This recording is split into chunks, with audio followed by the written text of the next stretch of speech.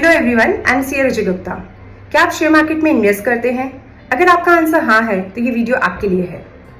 Friday को Indian share market में एक डाउनटर्न दिखा गया और उसका मेजर रीजन एफपीआई का इंडियन मार्केट से पैसा विड्रॉल था। Approximately 8,000 crore which is equal to $1 billion amount share market से विड्रॉ किया गया। तो आइए समझते हैं कौन होते हैं एफपीआई और उन्होंने ऐसा क्यों किया।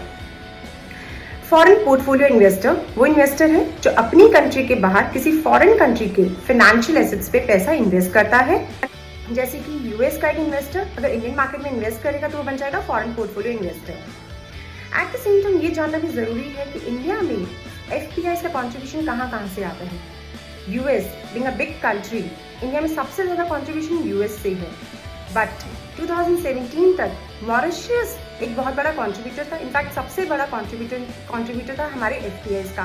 और आज भी मॉरिशस हमारा 6% कंट्रीब्यूटर है एफपीआई का, which is equal to 4.1 lakh crore, which is a big amount. क्या आपको यहाँ पे ऐसा नहीं लगता कि एक फॉरेन इन्वेस्टर को 2 बार टैक्स देना पड़ता है? एक वो जब वो किसी फॉरेन कंट्री में इन्वेस्ट करता है उसकी इनकम पे, और दूसरा वहाँ जब वो अपना पैसा वापस अपनी कंट्री में लेके जाता है।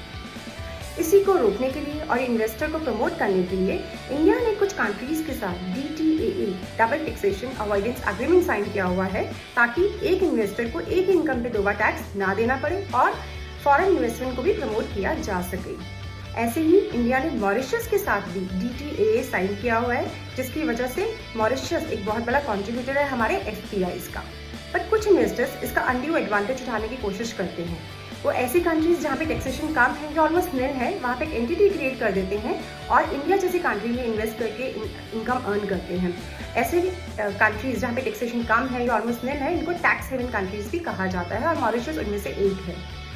सो रिसेंटली एक अमेंडमेंट आया हमारे DTAA में जो हमारा मॉरिशस के साथ है, जिसमें हर इन्वेस्टर जो मॉरिशस से इंडिया में इन्वेस्ट करेगा उसको प्रिंसिपल पर्पस टेस्ट के थ्रू गुजरना पड़ेगा, जिसमें उसे ये प्रूव करना पड़ेगा कि उसका इंडिया में इन्वेस्ट करने का रीजन सिर्फ टैक्स सेविंग नहीं है।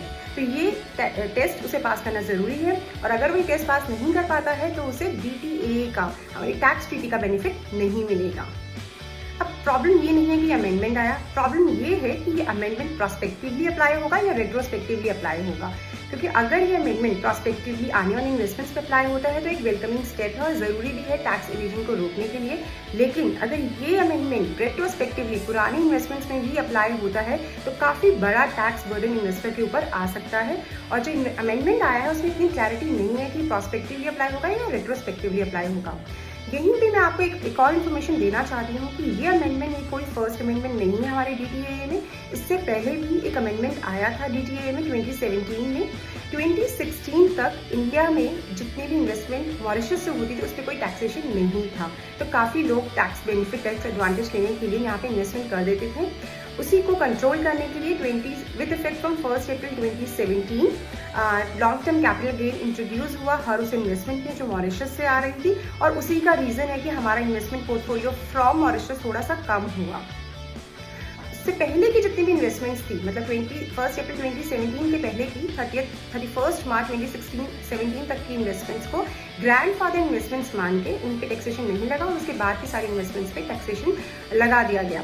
नाउ अगर ये जो नया अमेंडमेंट आया है प्रिंसिपल पर्पस टैक्स का, अगर वो पुरानी इन्वेस्टमेंट्स ग्रैंडफादर इन्वेस्टमेंट्स पे भी एप्लीकेबल हो जाता है तो काफ़ी स्क्रूटनीज खड़ी हो सकती हैं, काफ़ी टैक्सेशन बर्डन इन्वेस्टर्स पे आ सकता है। और यही रीज़न था कि फ्राइडे को काफ़ी हलचल रही मार्केट में, काफ़ी डिस्टर्बेंस रही और इन्वेस्टर में नर्वसनेस भी दिखी और काफ़ी विड्रॉल भी दिखा। तो ये क्लैरिटी अभी हमें नहीं है विद दिस अमेंडमेंट कि क्या ये रेट्रोस्पेक्टिव अप्लाई होगा या प्रोस्पेक्टिवली। जैसे ही इसके ऊपर कोई इन्फॉर्मेशन आएगी तो हम दोबारा एक नई वीडियो आपके साथ शेयर करेंगे। टिल देन अगर आपका कोई कमेंट है या कोई व्यूज़ है तो प्लीज़ कमेंट बॉक्स में शेयर ज़रूर कीजिए। Thank you.